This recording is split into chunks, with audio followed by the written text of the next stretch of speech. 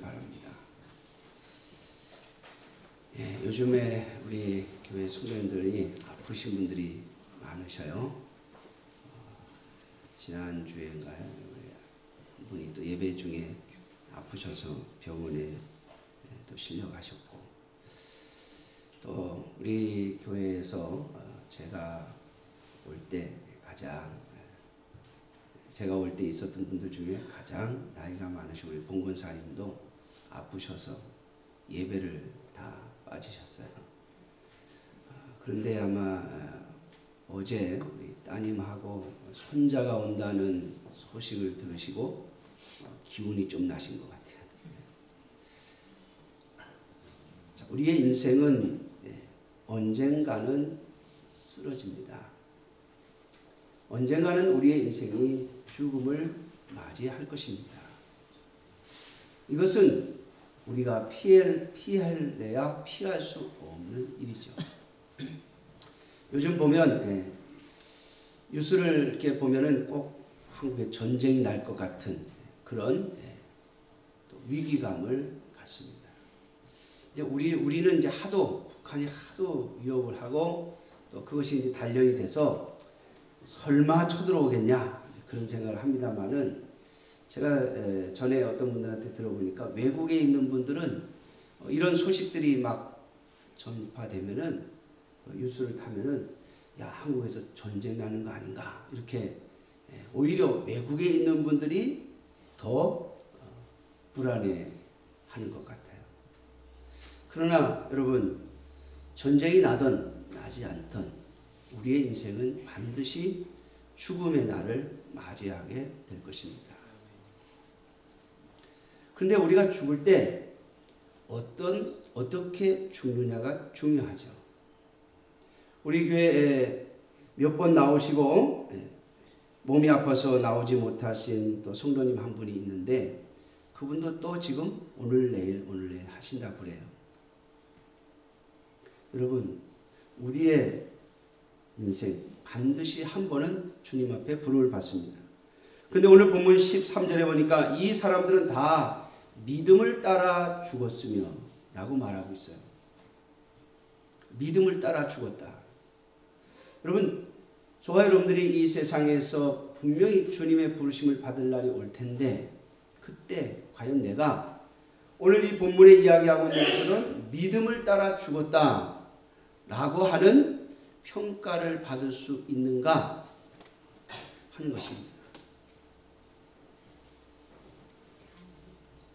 자, 이 고백이 우리 속에 있어야 저와 여러분들은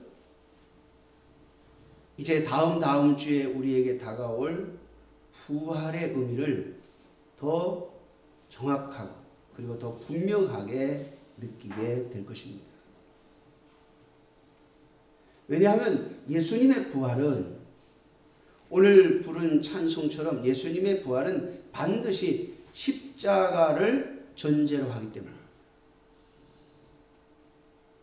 저와 여러분들의 믿음 또한 우리의 생명이 이 땅에서 끝나는 날, 우리가 하나님의 부르심을 받는 날, 우리가 죽었다라고 말하는 그 날에 이 사람은 믿음으로 죽었다라고, 믿음을 따라 죽었다라고 하는 평가를 받아야만 우리 또한 부활의 소망이 있기 때문입니다.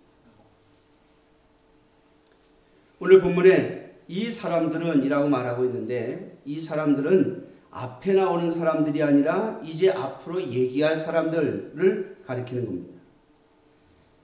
히브리서 11장 17절에서 11장 마지막 절까지 보면 믿음으로 살다간 사람들에 대한 이야기가 쭉 나와요.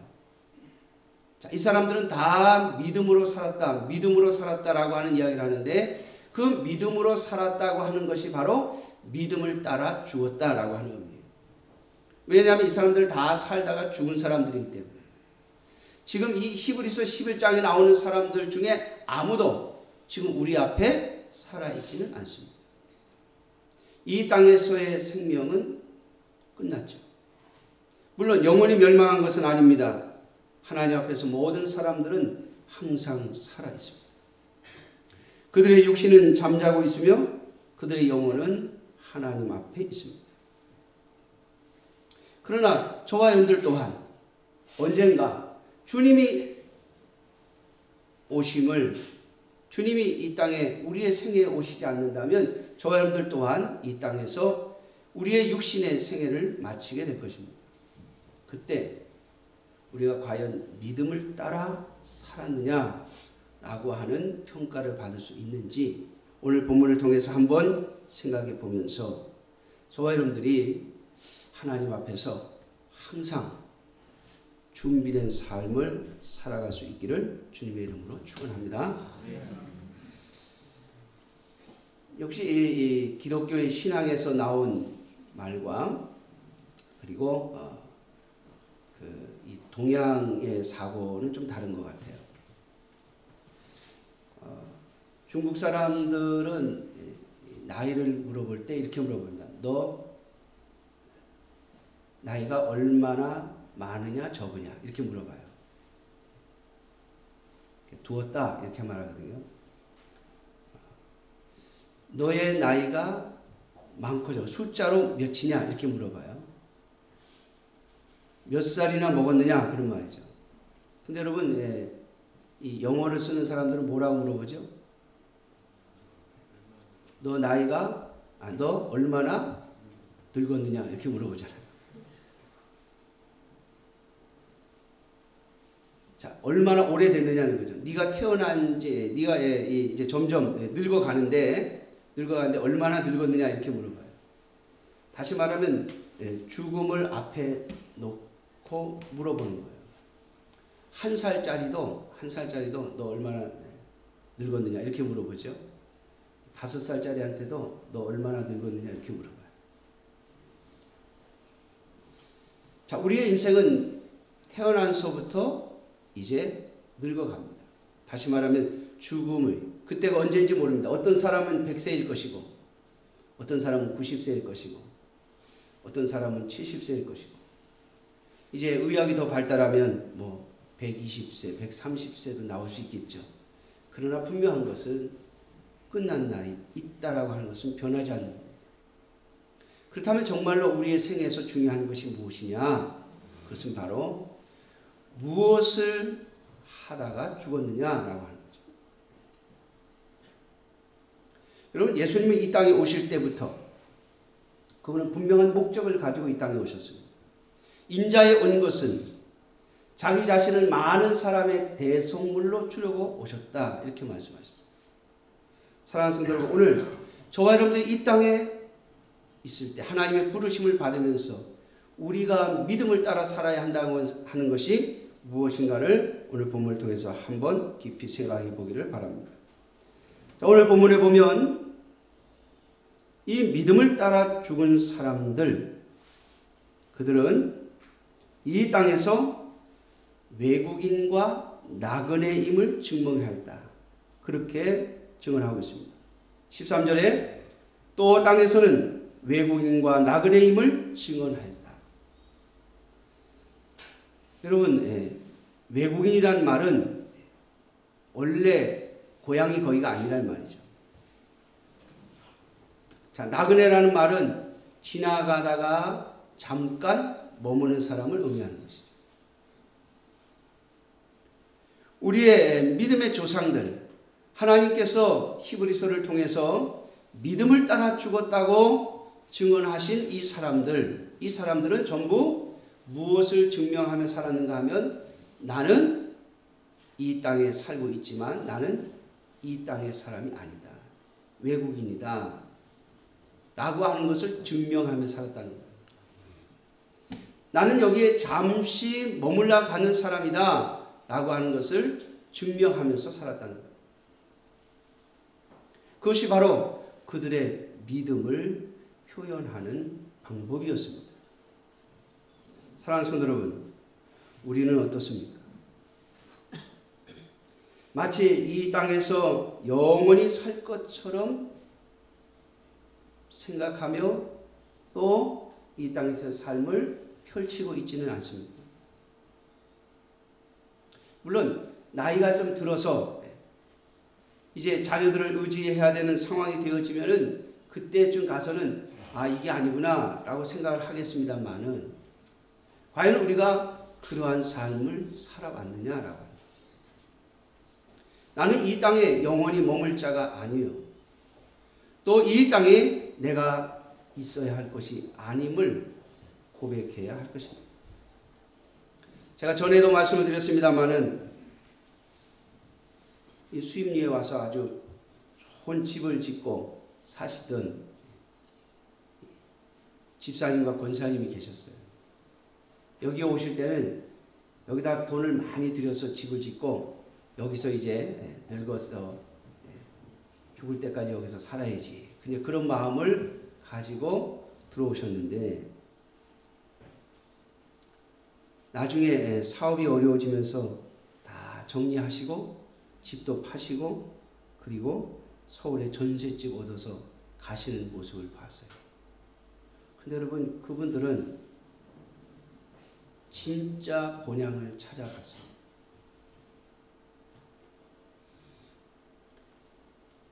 저는 지금도 그 권사님의 말을 잊어버릴 수 없어요.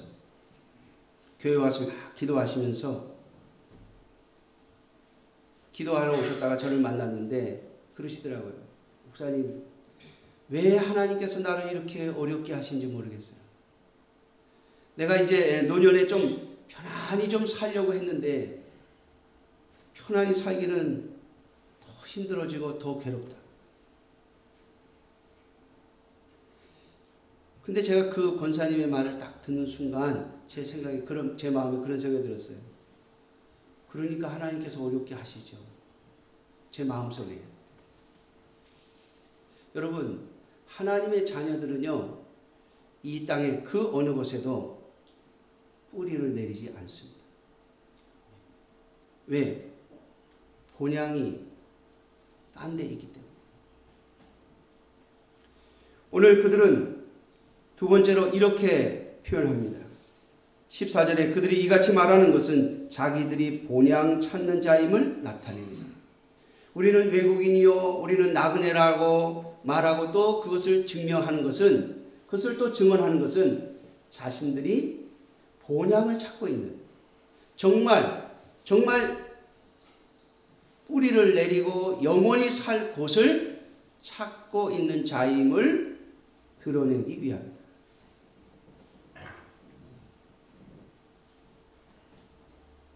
저희 아버님 좀 일찍 돌아가셨습니다만은 항상 그런 얘기를 하셨어요. 고향이 저 전라도 순창이신데 내가 언젠가 고향에 좀 내려가서 살았으면 좋겠다. 고향에 내려가서. 고향에 가면 아무것도 없어요. 저희 할아버지가 남겨준 게 아무것도 없기 때문에 고향에 땅 한 평도 없어요. 그런데 거기에 저희 그 서씨들 선산이 있어요. 선산. 제가 들으니까 거기 많은 그 묘들이 있는데 그 묘들을 관리해주고 옆에 그 선산에 있는 밭을 이렇게 경작하면서 사는 분들이 있대요. 저희 아버님 그거라도 하면서 거기 가서 살았으면 좋겠다 항상 그러셨어요. 여러분, 그것이 인간의 이 육신이 가지고 있는 생각이에요. 그런데 여러분, 우리는 육신에 속한 자들이 아니라 우리의 거듭난 영에 속한 자들이죠. 다시 말하면 하나님을 아는 자들이요, 하나님께 속한 자들입니다. 그렇다면 여러분, 저와 여러분들이 하나님께 속한 자라면 우리의 심령 속에 저와 여러분들의 육신이 아닌 우리의 영혼이 가고 싶어 하는 곳이 있어야죠.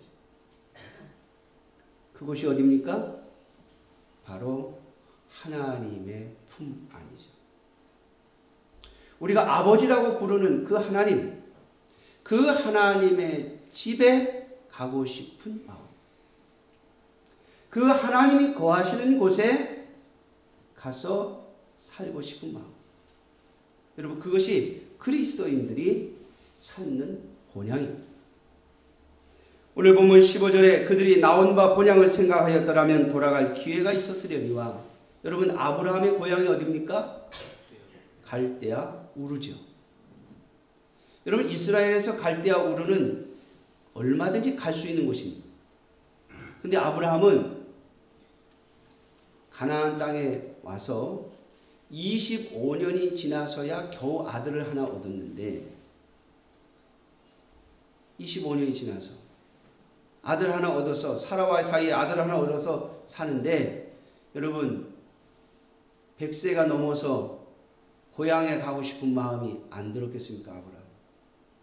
그런데 여러분, 아브라함이 생각했던 본향은 갈대아 우르가 아니었습니다.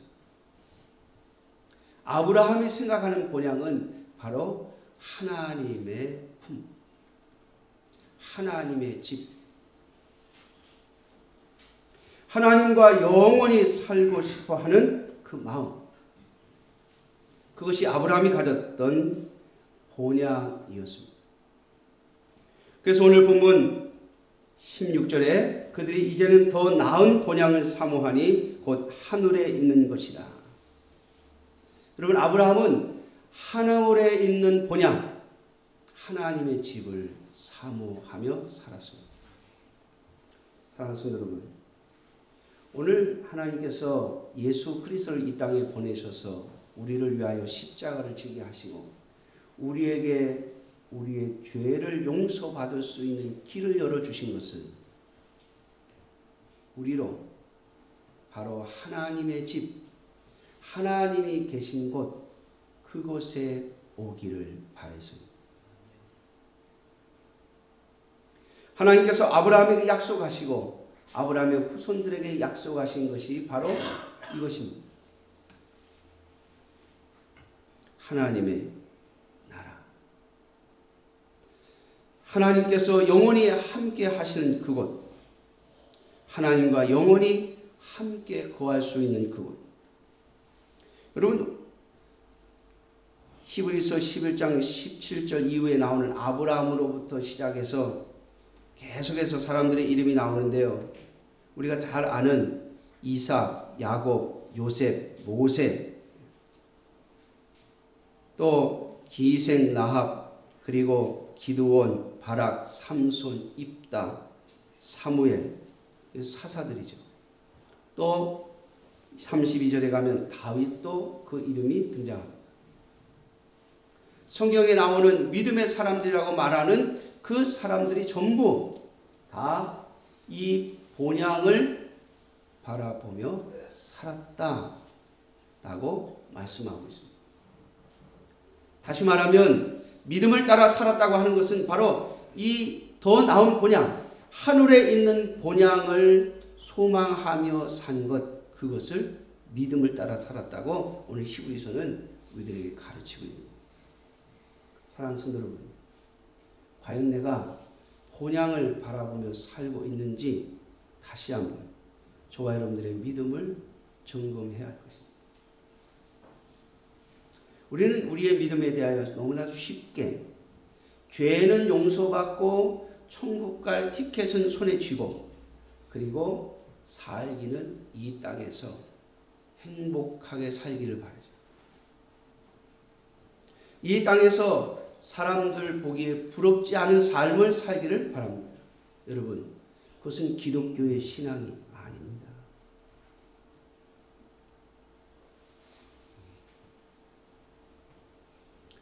히브리서 11장에 등장하는 아브라함부터 다윗에 이르기까지 믿음으로 살다간 사람들의 생애를 보면 그들은 결코 이 땅에서의 행복만을 추구하지 않았습니다. 우리가 생각하는 그런 행복 말입니다.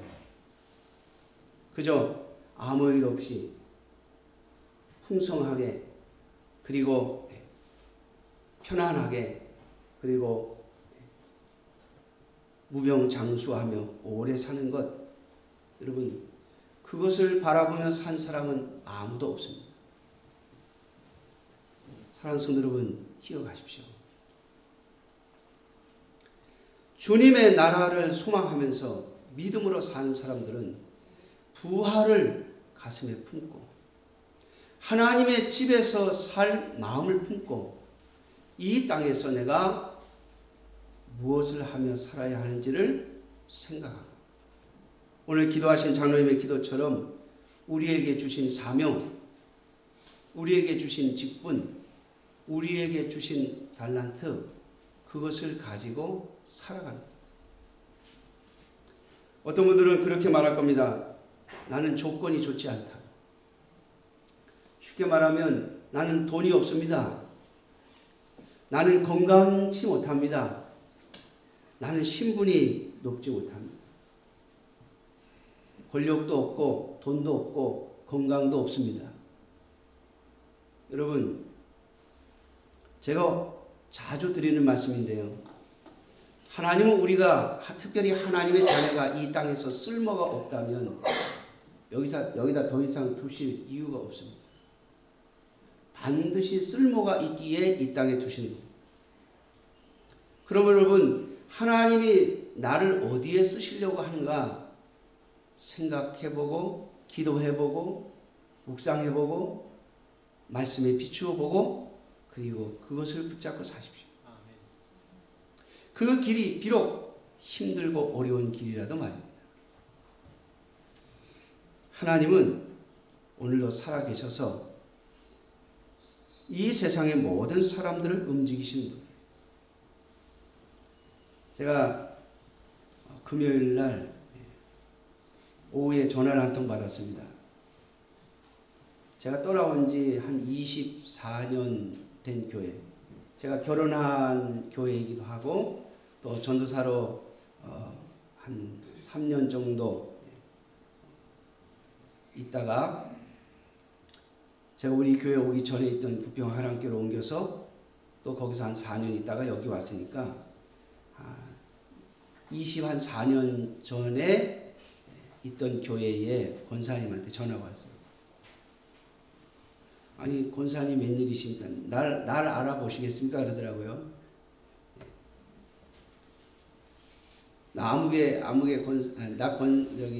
제 목소리 알아보시겠습니까? 그러더라고요. 알아보죠. 왜냐하면 그 교회에 있을 때 있었던 여러 가지 사건들하고 연결되어 있는 분이기 때문에 알아요. 기억이 나요. 그래서 제가 왜 모르겠어요, 권사님? 압니다. 그랬더니 전 저한테 볼 일이 있어서 그분이 웬일로 전화했나 그랬더니 저의 그 죽은 친구 동생 있어요. 근데 그 동생의 연락처를 아냐고 저한테 물어봐요. 그래서 제가 안다고 그랬어요. 안다고. 그랬더니 왜 그러세요? 그랬더니 그 친구 연락처를 알아야 된대. 그 왜 알으셔야 됩니까? 그랬더니 제 친구 여동생인데 지금 40대 한 중반 초반 40대 초중반쯤 됐어요. 그 친구 부모님들이 그 화재로 인해서 다 돌아가셨는데 아버지, 엄마, 딸, 오빠, 딸 해서 4식구가 한 공장에서 일하다가 다 화재로 다 죽었어요. 근데 그리고 이제 혼자 남았는데 이 부모님들이 황해도 분들이래요. 근데 옛날에 황해도 이북에서 내려오신 분들이 제가 알기로 저 파주 교화모 이쪽에 그 묘지들을 많이 사세요. 공동묘지 같은 거. 근데 그거 살 때 황해도 그 도민들이 이렇게 모여서 묘지를 살 때 이 부모님들이 거기에다 아마 돈을 이렇게 냈었나 봐요. 회비 같은 걸. 근데 거기에 대한 배당금이 나왔는데 도대체 이 사람 다 죽었다고 그러고 딸 하나 있다는 거는 알겠는데 어디 있는지 연락이 안 돼가지고 그동안에 배당금을 못 줬는데 배당금을 줘야 되겠는데 그 연락처를 좀 알았으면 좋겠다고 누가 연락이 왔대. 그래서 그분도 다른 분의 연락을 받고 저한테 전화한 거예요. 근데 제가 그 동생을요 연락을 하고 지내다가 서로 연락이 안 돼갖고 연락이 끊어져가지고 한참 됐어요. 한 10년 정도 연락이 끊어졌는데 한 5년 전에 제가 천안에 우리 매일 성경 무슨 세미나에 갔다가 그 동생하고 같은 교회에 다녔던 청년을 같은 방에 만났어요. 그래서 얘기를 하다 보니까 어느 교회를 다닌다고 그러길래 그 교회 옛날에 내가 아는 동생이 다녔는데 혹시 아냐 이름이 뭐냐 물어보더라고요. 그래서 얘기했죠. 그랬더니 아이고 그 누나 제가 알아요 그러더라고요. 그 연락처 안에는 모른대. 그 연락처를 좀 알 수 없겠느냐 그랬더니 아유 잠깐만 기다려보세요. 요즘엔 다 핸드폰이 있어가지고 예, 자기 아는 그 선후배들한테 막 문자를 보내더니 연락처를 딱 가져왔어요. 그 알려주더라고요. 그래서 제가 5년 전에 그 동생을 인천에 가서 한번 만났어요. 밥 한번 사주면서 제 마음에는 이 동생을 좀 도와줘야 되겠다 하는 마음을 가지고 만났었는데 어떻게 하다 보니까 저도 힘들다 보니까 도움을 주질 못했어요. 그리고 그냥 연락처만 가지고 있었는데 5년이 지난 이때서야 하나님이 왜 그 친구를 연결시켜 놨는지 알겠다. 거기 제가 24, 5년 전에 있었던 그 교회 사람들 아무도 모르는 거예요. 연락처를. 다 끊어지고. 그래서 거기 아마 다 수송을 했을 거 아닙니까? 그 교회. 연락처 안 하면 다 수송했는데 아무도 몰라서 연락을 못 했는데 어떻게 저한테 전화할 생각을 하셨는지. 그것도 우리 교회 전화번호를 했더라고요. 제 핸드폰은 그동안 몇 번 바뀌어서 그것도 다 끊어지고. 우리 교회 전화번호는 여태까지 안 바꿨으니까. 어떻게 우리 교회 전화번호를 누구한테 물어봤는지 찾아가지고 연락하는 바람에 그 동생이 연결이 됐어요. 그래서 제가 물어보니까 뭐 한 사람당 뭐 몇백만 원씩 나온대. 그 동생이 굉장히 어렵게 살거든요. 월세, 혼자 살면서 월세 살면서 직장도 그 비정규직 다니고 있어요. 그래서 제가 개인적으로 좀 도와줬으면 하는 생각을 가졌었는데 그걸 못했는데 하나님이 그렇게 그 친구를 도우시는 거예요. 여러분, 이 세상에 필요 없이 존재하는 사람은 한 사람도 없습니다. 하나님이 무엇인가를 위해서 다 남겨두고 계신 겁니다. 내가 돈이 없다고요? 내가 건강치 못하다고요? 내가 권력이 없다고요? 아니요. 하나님께서 저와 여러분들을 이 땅에 남겨두신 이유는 반드시 이유가 있습니다. 사랑하는 성도 여러분, 그 이유를 찾아 믿음으로 사십시오. 우리의 인생이 여기서 끝이 아닙니다. 우리의 고향은 여러분들이 태어난 곳이 아닙니다. 우리의 영혼이 출발한, 저와 여러분들의 심령이 출발한 것, 우리가 다시 가서 영원히 뿌리를 내리고 살아야 할 곳, 그것이 바로 우리의 본향입니다. 사랑하는 성도 여러분, 그 본향을 가려면 반드시 부활해야 하죠. 그렇죠? 부활해야 하지 않습니까? 저도 제가 죽으면 어디 묻힐지 모르겠어요.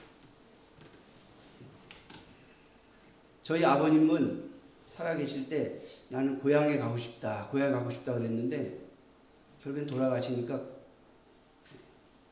화장에서 납골당에 모셔놨어요.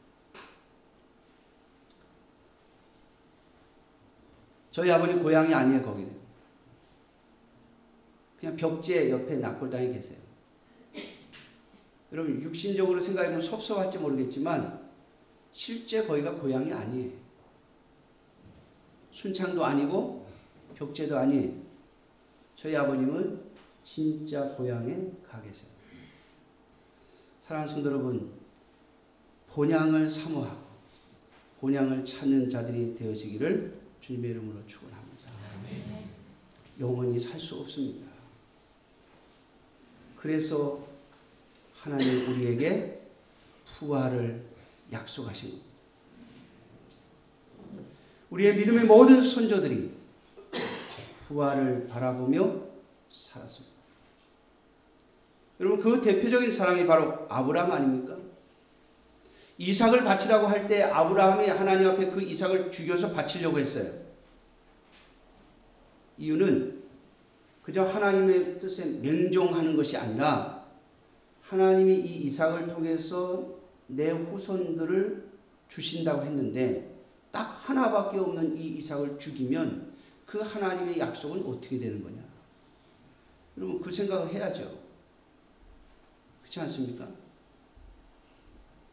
그때 아브라함이 생각한 게 있습니다. 이 이삭을 하나님은 살려서라도 그 약속을 지키실 것이다. 살려서라도. 사랑하는 성도 여러분, 그것이 바로 부활의 신앙입니다. 하나님은 살아 계신 분입니다.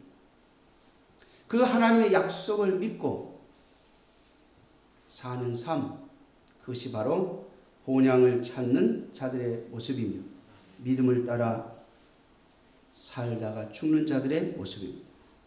사랑하는 성도 여러분, 저와 여러분 모두 다 본향을 찾아가는 자들로 살아서 부활을 소망하며 이 땅에서의 삶을 살아가기를 주님의 이름으로 축원합니다. 그리함으로 말미암아 믿음의 손주들처럼 진정으로 믿음을 따라 우리의 삶을 살아갈 수 있기를 주님의 이름으로 축원합니다. 여러분 대표적인 사람이 모세잖아요. 모세는 어려서 애굽의 궁전에 공주의 아들로 들어갔습니다. 근데 그가 40에 애굽 공주의 아들의 자리를 버리고 이스라엘 백성들을 위하여 살기로 마음에 결심했어요. 오늘 성경은 이것을 가리켜서 뭐라고 말하냐면 믿음이라고 말합니다. 물론 방법적인 면에서 모세는 실패했습니다. 처음에 자신의 그 지식과 그리고 자신의 힘, 그 40의 그 젊은 힘, 그것을 가지고 이스라엘 백성들을 구원하려고 했습니다. 자신이 애굽에서 배운 모든 지식 그리고 애굽에서 배운 모든 재능을 가지고 이스라엘 백성들을 구원하려고 했습니다. 그것이 틀린 것이에요. 그러나 애굽의 공주의 자리, 아들의 자리를 내어놓고 이스라엘 백성, 노예 민족으로 전락한 이스라엘 백성들과 함께 자신의 인생을 살아가기로 한 그 결심은 믿음의 결심이었어요. 내가 애굽의 공주의 아들로 사는 것보다 이스라엘의 하나님 여호와의 백성으로, 여호와의 사람으로, 하나님의 사람으로, 하나님의 집에 들어갈 사람으로 살기를 결정한 것이죠. 그래서 여러분 모세는 그 이후로 80년의 고난의 삶을 살았습니다. 광야에서 40년, 이스라엘 백성들을 이끌고 40년. 여러분 이스라엘 백성들 애굽에서 데리고 나와서 가나안 땅 입구까지 갔다가 하나님 앞에 퇴짜 맞고 그리고서는 광야를 40년 도는 동안 여러분 모세의 이 마음이 얼마나 썩었겠어요. 우리 성경을 보면 알죠. 이스라엘 백성들 얼마나 속을 썩였는지. 근데 여러분 모세는 믿음의 결정을 한 결과로 그런 삶을 사는 겁니다. 그러나 여러분 성경은 하나님은 우리에게 뭐라고 말씀하십니까?